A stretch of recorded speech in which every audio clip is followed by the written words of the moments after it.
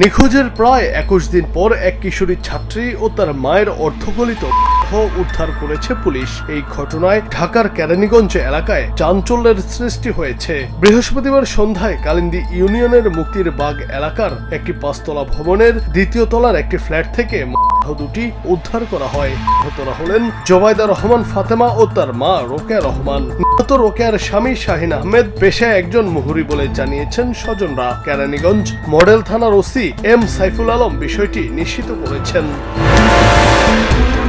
Police ও স্থানীয় সূত্রে জানা যায়, গত 25 ডিসেম্বর বিকেল 5টার দিকে জোবাইদা রহমান ফাতেমা কালিন্দী ইউনিয়নের মুক্তিরবাগ এলাকার শামীম নামে এক ব্যক্তির মালিকানাধীন বাড়ির 2য় তলায় প্রাইভেট পড়তে যায়। ওই ফ্ল্যাটে তার গৃহশিক্ষিকা মিম বসবাস করতেন। সন্ধ্যা 6:40 দিকে প্রাইভেট শেষ করে ফাতেমা বাসা থেকে বের হয় বলে প্রাথমিকভাবে জানা গেলেও একই সময়ে তার মা রোকেয়া রহমানও নিজ বাসা থেকে বের হয়ে নিখোঁজ হন। এরপর থেকে মা মেয়ের আর কোনো খোঁজ পাওয়া যাচ্ছিল না।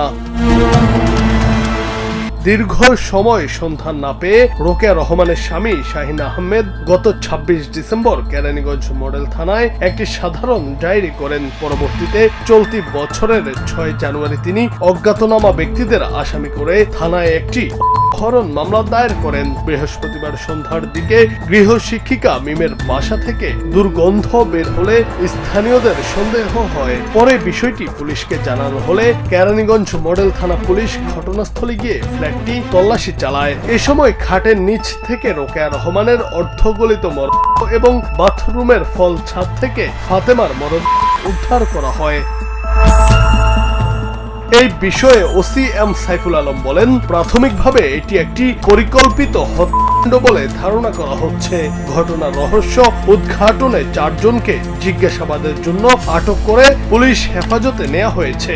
ঘটনার সঙ্গে জড়িতদের শনাক্তে তদন্ত জোরদার করা হয়েছে এবং আইনগত ব্যবস্থা প্রক্রিয়াধীন। খুব শিগগিরই এই ঘটনায় হত্যা মামলা রুজু করা হবে। জুনায়েদ আহমেদ, বাংলা টিভি।